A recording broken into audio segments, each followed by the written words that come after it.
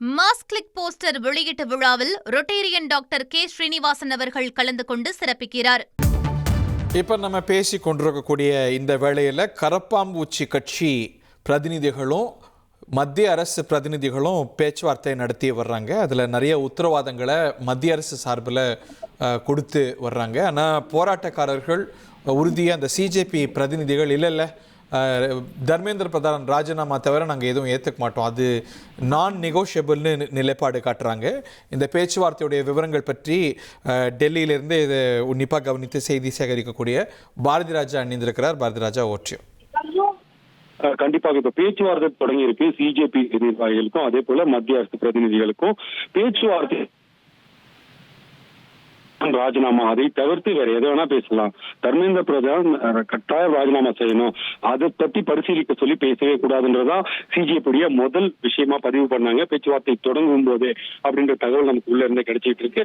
அது மட்டும் இல்லைங்க, மத்திய அரசு தரப்புல ஒரு உத்தரவாதம். இந்த போராட்டம் அப்படின்றது நாளுக்கு நாள் பெருகிட்டே வருது. நீங்க போராடுற விஷயம் நல்ல காசு தான், ஆனா இதை சிலர் தவறாக வழிநடத்த வாய்ப்பு இருக்கிறது. இதை பயன்படுத்திக் கொண்டு மாணவர்களின் வழியை பயன்படுத்திக் கொண்டு சிலர் அரசியல் ஆதாயம் தேடலாம். அதனால நீங்க இதெல்லாம் பரிசீலிக்கணும். நீங்கள் எதிர்கால மாணவர்கள், எதிர்கால இந்தியாவின் தூண்கள், நீங்க இதெல்லாம் பரிசீலிக்கணும் அப்படின்னு சொல்லி மத்திய அரசு பிரதிநிதிகள் அவர்களை சமாதானப்படுத்த முயற்சியில் ஈடுபடுறாங்க.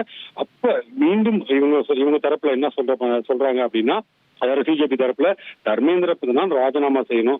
2வது 20ஆம் தேதி யாரெல்லாம் அந்த வன்முறை போராட்டத்தில் ஈடுபடும் போது மாணவர்கள் மீது தாக்குதல் நடத்தினாங்க இல்லையா போலீசார், அந்த போலீசார் எல்லாரையும் பணி நீக்கம் செய்யணும், அவர்கள் மீது நடவடிக்கை எடுக்கணும் அப்படின்ற இந்த 2 கோரிக்கை வலுப்பெற்று இருக்கு. நிவாரணம் அப்படின்ற ஒரு 3வது கோரிக்கை இருக்கு. அது ஏற்கனவே மத்திய அரசு பரிசீலிக்கிறதா சொல்லியிருக்கனால அது சம்பந்தமா இந்த பேச்சுவார்த்தையில பெருசா இதுவரைக்கும் பேசல அப்படின்ற தகவல் நமக்கு உள்ள இருந்து வந்துட்டு இருக்கு.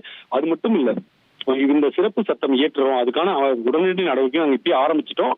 இது இயற்றப்பட்டு உடனடியாக இந்த மசோதா இந்த மழைக்கால கூட்டத்தொடரிலேயே தாக்கல் செய்யப்பட்டு நடைமுறைக்கு கொண்டு வரப்படும் அப்படின்னு மத்திய அரசு தரப்புல பிரதிநிதிகள் இப்ப சிஜேபி நிர்வாகிகிட்ட சொல்லிட்டு வராங்க. ஒரு பரபரப்பான சூழல் தான். ஏன்னா தர்மேந்திர பிரதான் ராஜினாமா அப்படின்றதுதான் இப்ப இறுதிக்கட்ட பேச்சுவார்த்தையின் முடிவாக இருக்கும். தர்மேந்திர பிரதான் ராஜினாமா முடிவு செய்யல அப்படின்னா இவங்க போராட்டம் தொடரும் அப்படின்றதுல எந்த விதமான மாற்றம் இல்லை. அதை எப்படியாவது மாற்ற முயற்சிக்கும் பணியில தான் தற்போது மத்திய அரசு பிரதிநிதிகள், அதாவது அமைச்சர்கள் ஈடுபட்டு இருக்காங்க அப்படின்றது பார்த்துட்டு இருக்கோம். இந்த வேலையில இன்னொரு பக்கம் பாராளுமன்றத்துல கேபினெட் மீட்டிங் நடந்துட்டு வருது. கேபினெட் மீட்டிங் இருக்குன்னா இந்த நீட் வினாத்தாள் கசிவு விவகாரம் தொடர்பாக புதிய சட்டம் இயற்றப்படுறாங்க இல்லையா, அது தொடர்பாக மட்டுமே இந்த பிரத்யேக கேபினெட் மீட்டிங் நடக்குது. அந்த பில்ல முக்கியமான விஷயங்கள், அதாவது ஸ்பெஷல் கோர்ட், அதாவது அதிவிரைவு நீதிமன்றங்கள் ஏற்கனவே சொல்லியிருந்தார் இல்லையா பிரதமர் அவர்கள், அதிவிரைவு நீதிமன்றங்கள் அதுவும் அந்த விசாரணை முடிவுகள் அனைத்தும் 3 மாதத்திற்குள் முடிவு கூட. நீங்க பார்க்கலாம், ஒரு வழக்கு பதிவு செஞ்சா சார்ஜ் ஷீட் ஃபைல் பண்ணதுக்கே 90 நாள் வரைக்கும் டைம் இருக்கு அப்படின்றது ஒரு ப்ரொசீஜர். அப்படின்னா இந்த விரைவு நீதிமன்றங்கள் வழக்கையே 3 மாதங்களுக்குள்ள முடிக்க வேண்டும். 10 கோடி ரூபாய் அபராதம் அதன்படி. அது மட்டும் இல்லாமல் 10 ஆண்டுகள் ஜெயில். இது போன்ற கடுமையான சட்டங்களை கொண்டு தண்டனைகளை கொண்டு அந்த மசோதாவானது இயற்றப்படணும் அப்படின்றது குறித்த அமைச்சரவையில விவாதம் பண்ணிட்டு வரதாகவும் நமக்கு தகவல்கள் வந்திருக்கு. இந்த 2ம் சைமல்டேனியஸா ஒரே டைம்ல நடக்கிறதுனால 2 முடிவுகளுமே உற்று நோக்கும்படியாக ஒட்டுமொத்த இந்தியாவும் எதிர்பார்த்து காத்துக் கொண்டிருக்கிறது.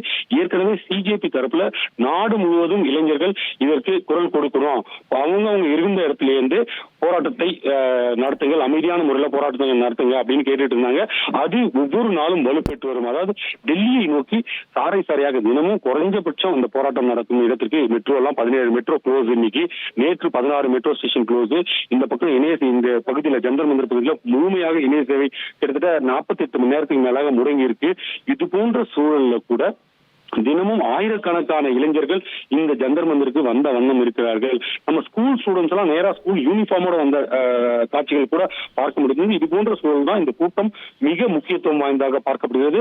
மத்திய அரசு பொறுத்த மட்டும் இது நாளுக்கு நாள் என்றால் பாராளுமன்றம் நடந்து வரும் இந்த நிலையில மத்திய அரசு இந்த போராட்டத்தை முடிவுக்கு கொண்டு வரணும். ஏன்னா 5 நாள் இதே நீட் வினாத்தாள் விவகாரம் தொடர்பாக மாணவர்கள் மீதான அந்த வன்முறை சம்பவம், அதாவது இந்த 20ஆம் தேதி நடந்துள்ள வன்முறை சம்பவம், அந்த வன்முறை சம்பவம் இது தொடர்பாக விவாதம் நடத்தக்கோரிய 5 நாட்கள் கிட்ட இன்னைக்கும் பாராளுமன்றம் முடங்கிருச்சு. 5 நாட்களாக முடங்கி இருக்கிறது. ஆகஸ்ட் 13ஆம் தேதி வரை தான் பாராளுமன்றம் மீதி இருக்கிறதுனாலாவது மற்ற மசோதாக்கள் தாக்கல் செய்யணும், அது மேல விவாதம் நடத்தணும் அப்படின்ற விஷயத்துல மத்திய அரசு அக்கறை காட்ட வேண்டியிருக்குது. அதனால் இந்த பேச்சுவார்த்தை எப்படியாவது சுமூகமா முடிச்சு போராட்டத்தை திரும்ப பெற செய்யணும் அப்படின்றதுல அதிக அக்கறை தற்போது காட்டப்பட்டு அதற்கான பேச்சுவார்த்தை தான் இப்ப நடந்துட்டு வருது. ஹரி, ஒரு பக்கம் நீங்க சொல்வது போல பேச்சுவார்த்தை, இன்னொரு பக்கம் மத்திய அமைச்சரவை கூட்டம், ரெண்டுத்தோடைய நோக்கமும் இதற்கு தீர்வு காணுவது தான்.